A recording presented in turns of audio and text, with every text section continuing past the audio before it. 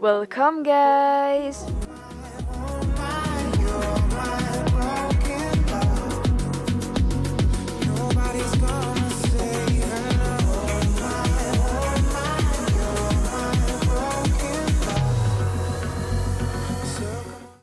Aujourd'hui on se retrouve pour une toute nouvelle vidéo que j'avais tellement hâte de faire, qui va être ma routine et mes conseils pour réviser un contrôle à la dernière minute. Parce que je sais pas vous mais moi mais ces derniers temps là, ça m'est arrivé 2 fois, voire 3, de réviser des contrôles à la dernière minute. Et vraiment, il n'y a rien de pire comme sensation. Et du coup j'ai mis en place des petites techniques pour pouvoir essayer d'apprendre le maximum de choses en très peu de temps. Parce que en vrai, qui n'a jamais révisé un contrôle à la dernière minute? Genre si vous avez jamais fait ça, bah en fait chapeau quoi, parce que moi ça m'est arrivé. Donc voilà, ceux qui sont en galère actuellement, force à vous, je suis avec vous. Donc c'est parti, place au conseil.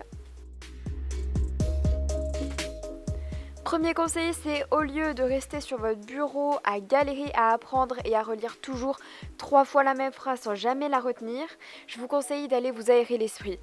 Parce que c'est vraiment un conseil que je vous donne. Donc moi je le fais, je vais pas tout le temps me promener, mais ça peut vraiment faire du bien. Juste en fait de sortir un peu et de se vider la tête et de repartir du bon pied après. Ensuite il y a prendre soin de soi et se détendre. Voilà, parce que en général on est assez stressé quand ça arrive, MDR. Du coup voilà, je vous conseille de faire un masque, des soins et tout. Donc moi en l'occurrence j'avais que de la crème sous la main, mais on va faire comme si voilà quoi, vous avez compris.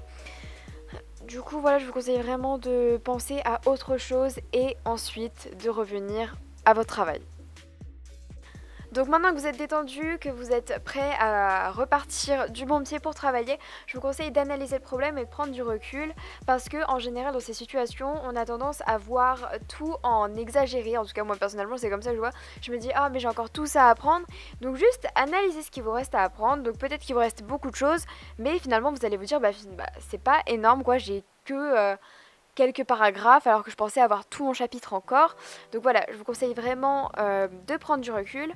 Ensuite, deuxième conseil qui est passé très vite, MDR, qui va être de décomposer en les choses à faire et donc d'apprendre le plus important en premier. Donc apprendre le plus important en premier, je pense que c'était assez évident, mais du coup de décomposer par exemple...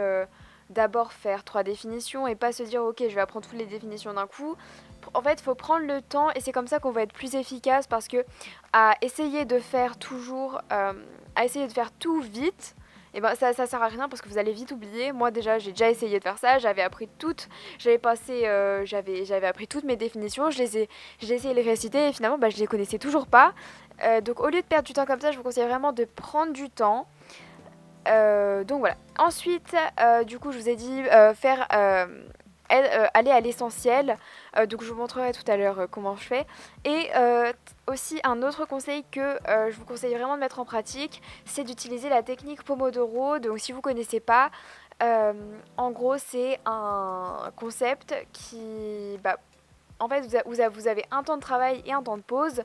En général, c'est 25 minutes de travail, 5 minutes de pause, ça pendant plusieurs cycles, ou alors 50 minutes de travail et 10 minutes de pause, ça dépend ce que vous voulez, si vous voulez des pauses régulières ou des pauses plus longues avec plus de temps de travail, mais en soi, à la fin, ça revient au même temps de travail et de pause, mais ça dépend comment vous voulez décomposer.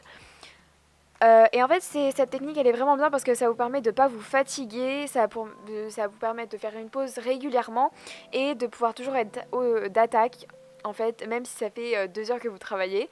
Et ensuite, pour revenir à mon conseil d'aller à l'essentiel, je vous conseille donc de tout simplement faire des fiches. Donc je sais que si vous apprenez un contrôle la veille pour le lendemain, ça va être compliqué de faire des fiches, mais de faire au moins un résumé bref sur un cahier de brouillon, ou vraiment pas de faire quelque chose de propre, mais juste vraiment dans l'urgence. Ça vous évitera d'apprendre des paragraphes de 6 pages et de réduire. Donc voilà, juste surligner les trucs, ou même pas réécrire. Mais d'ailleurs, écrire, ça peut être aussi un très bon conseil de réécrire votre cours. Enfin, après, ça dépend de votre type de mémoire, mais enfin, voilà, vous m'avez compris.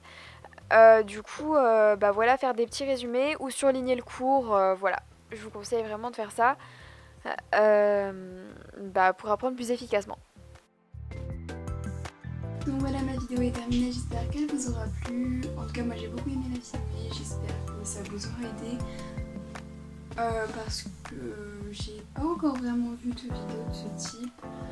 Et je trouve ça bien quand même de voir que t'es pas tout seul en fait à être à commencer à apprendre trop tard. Enfin, moi ça m'est arrivé ces 2 dernières semaines et franchement c'est vraiment pas agréable, donc force à toi, courage à toi.